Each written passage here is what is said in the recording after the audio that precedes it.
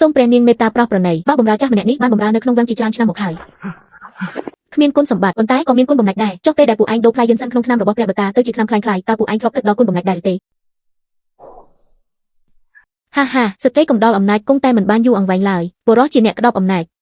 បែរជាចេះត្រឹមតែពុករលួយលួចបន្លំអស់ចុះបើប្រគល់អំណាចនេះឲ្យស្ត្រីតើមានអ្វីមិនល្អ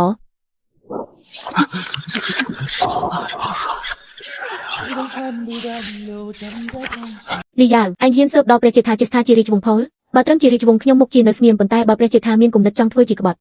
ខ្ញុំមានតែត្រូវស៊ើបជំរះឲ្យច្បាស់ចុងបិចមុតស្រួយពេកចិត្តគំនិតត្រជាក់ស្រជុំពេកបើប្រើប្រាស់បានល្អគឺជាដាវដ៏មានប្រយោជន៍សម្រាប់ស្រោចស្រង់រាជសម្បត្តិបើប្រើត្រឹមតែកាត់ផ្តាច់រឿងអាស្រូវតើមានអ្វីមិនល្អ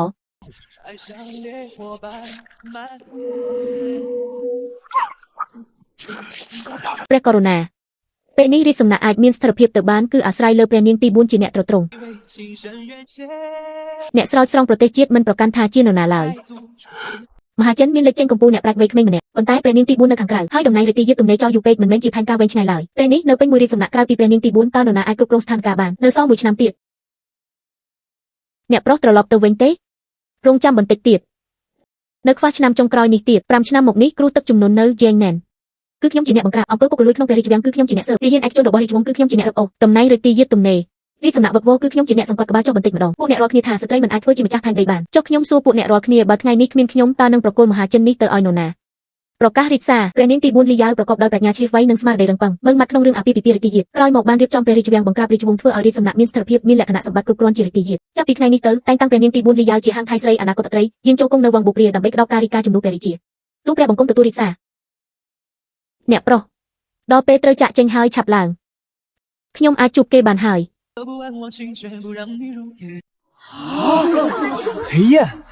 អ្នកប្រុសតកូនណាទៅនិយាយថាប្រវត្តិរូបមកពីគ្រូសាស្ត្រក្រីក្រនៅពាក្យនិរដីឪពុកម្ដាយចែកខាងអស់ហើយទៅតែចូលរៀននៅបណ្ឌិតសិក្សាពី6ឆ្នាំមុនអ្នកក្រីក្រសោះបែរជាអាចប្រឡងចប់រហូតដល់លំដាប់កម្ពុជាយីវិនមិនត្រឹមតែប្រឡងចប់ទេរាជកបួនយុទ្ធសាស្ត្រត្រូវបានគេចំណងគ្នាសូម្បីតែព្រះករុណាក៏មានព្រះរាជបន្ទូលថាមនុស្សម្នាក់នេះមានសមត្ថភាពធ្វើជាអមហាសេនាបតីអញ្ចឹងតើមិនមែនជាចាំងជឿនយួនលេខ1ទេប្រកាសជាមិនខុសឡើយ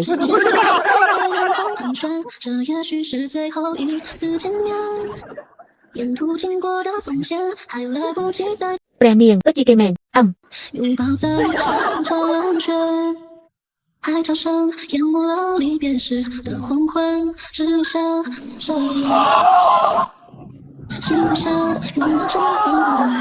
人曾爱之路在回忆里漫长លោកចាំងមានរូបភាពត្រជាក់ស្រជុំម្លេះត្រជាក់បែបនឹងទៅមើលទៅសង្ហាអ្នកណាដែលចង់បានការតបស្នង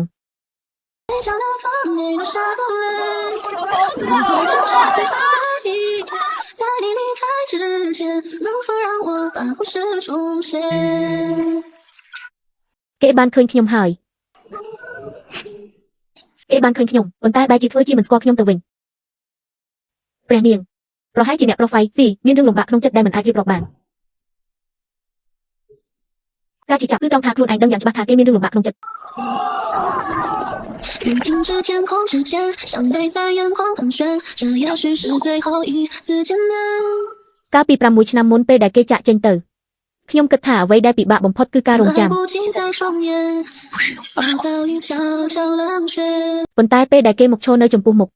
បែរជាត្រូវធ្វើជាចាត់ទុកគេដូចជាមនុស្សចម្លែកទៅវិញ